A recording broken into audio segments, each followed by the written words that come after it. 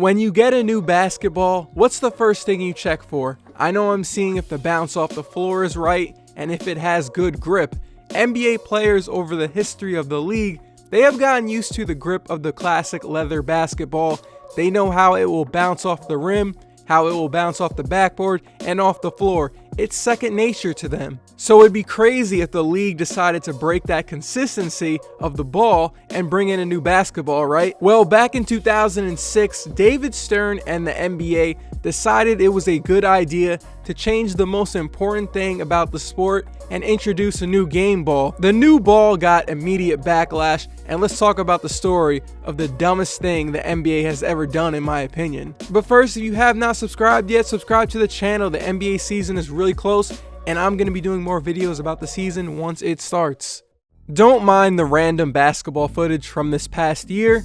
In the year 2006, the NBA and Spalding decided to do away with their regular leather basketball in favor of a micro composite basketball. The reasoning behind the switch was that the composite material was viewed as the future. It was going to be the new standard.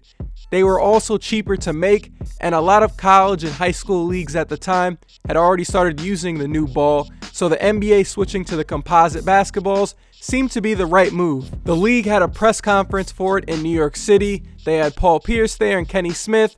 David Stern said it was the best basketball in the world. The executives in the NBA thought they had something exciting, but it quickly became a disaster after that. Every NBA player was sent the new ball that summer so they could begin to get the feel of it and start practicing with it. There were some complaints from players once they got it in the summer. Steven Jackson said that right off the rim when he first started gripping it, he didn't like it. It felt like plastic. The main complaints with the ball were that it became slippery when wet, it didn't bounce well, and players reported they were getting cut up hands because the ball had more friction. The PR disaster for David Stern and the NBA began once teams got together for training camp in October 2006. Stars in the league did not like it. Dirk Nowitzki, Shaq, and Ray Allen openly called the new basketball trash in interviews. Shaq said it was terrible. Feels like one of the balls you buy at the toy store. Whoever did that needs to be fired. It was a terrible, terrible decision. Awful. Sean Marion said everybody hates that ball. It seems like it's more of an outdoor ball than an indoor ball. Steve Nash, who was coming off back-to-back MVPs, had to play with bandages on his fingerprints. Nash said that ball just tears my fingers apart. Because the ball was too sticky when dry and too slippery when wet, Dwayne Wade said there's no way it's going to help shooters. Wade's quote was this: "My bank shot is no longer existent. My game-winning shots, I'm telling you, it's in the past." LeBron said this back in 2006, "The only thing that we love the most is the basketball. That's your comfort. I mean, without your basketball, it doesn't work. That was my biggest problem. Was why would you change something that means so much to us?" Even NBA superstar Eddie Curry hated the ball.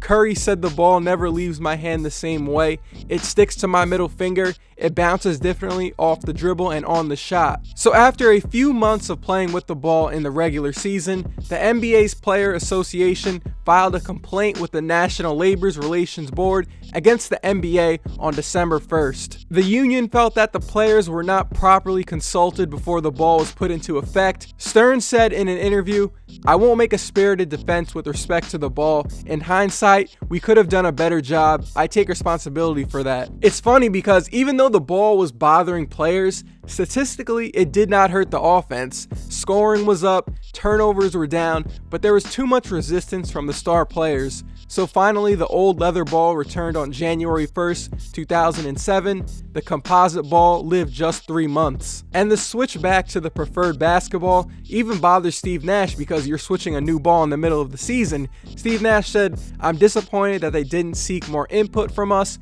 before they introduced the new ball, and I'm disappointed that we're changing the ball during the season." But most players were pleased.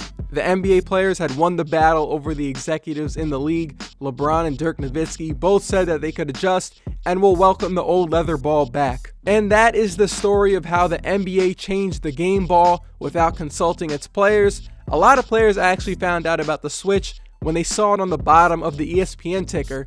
They didn't get a call about it. They weren't personally notified by David Stern, but they found out about it on ESPN. Definitely the dumbest thing the NBA has ever done, in my opinion. If you think there's anything dumber that they did, let me know. If you want a successful NBA, the players have to be happy, and even though David Stern and the league did something really dumb, he saw that he wasn't going to win this battle. You gotta have happy players. If you made it this far, shout out to you. I'm gonna be doing some NBA preview stuff soon, so be on the lookout for that. I'll see you guys then.